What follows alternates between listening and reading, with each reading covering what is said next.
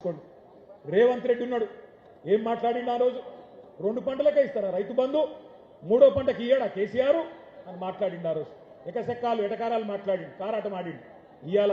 ఒక్క పంట కన్నా చక్కగా పడుతుందా రైతు బంధు పడుతుందా ఈరోజు ఆ దౌర్భాగ్య పరిస్థితి వచ్చింది అవును వేస్తున్నాడు రైతు బంధు ఎప్పుడు వేసిండు ఒక్కసారి ఎలక్షన్ల ముందు వేసిండు గంతే సర్పంచ్ ఎలక్షన్ల ముందు ఒక్కసారి ఇప్పటికి 4 సార్లు వేసేది ఉండే ప్రభుత్వం వచ్చినాక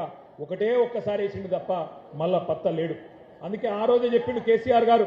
ఇంతకుముందు గోపాలన్న చెప్పినట్టు కాంగ్రెస్ వాళ్ళను నమ్మి మోసపోతే గోసపడతాం అన్న వస్త్రం కోసం పోతే ఉన్న వస్త్రం పోతుంది అని చెప్పిండు కేసీఆర్ గారు వీళ్ళు దబ్బన దౌర్భాగ్యులు మళ్ళీ గెలిస్తే రైతు బంధుకు రామ్ రామ్ అవుతుంది అని చెప్పిండు చెప్తే ఏమన్నాడు ఆ రోజు రేవంత్ రెడ్డి ఒకసారి ఆయన మాటలనే మీరు చూడండి ఏమన్నాడు మేమేమన్నా అవలగాలమా దివానగాళ్ళమా అని మాట్లాడిండు ఒకసారి అది పెట్టండి ఇప్పుడు తీసుకుంటే 10,000 వస్తుంది రైతు బంధు కాంగ్రెస్ అధికారంలోకి వస్తే 15,000 వస్తుంది ఎకరానికి 15,000 రూపాయల సంవత్సరానికి గ్యారెంటీ ప్రకటించారు రైతు భరోసా ఇందులో రైతులకు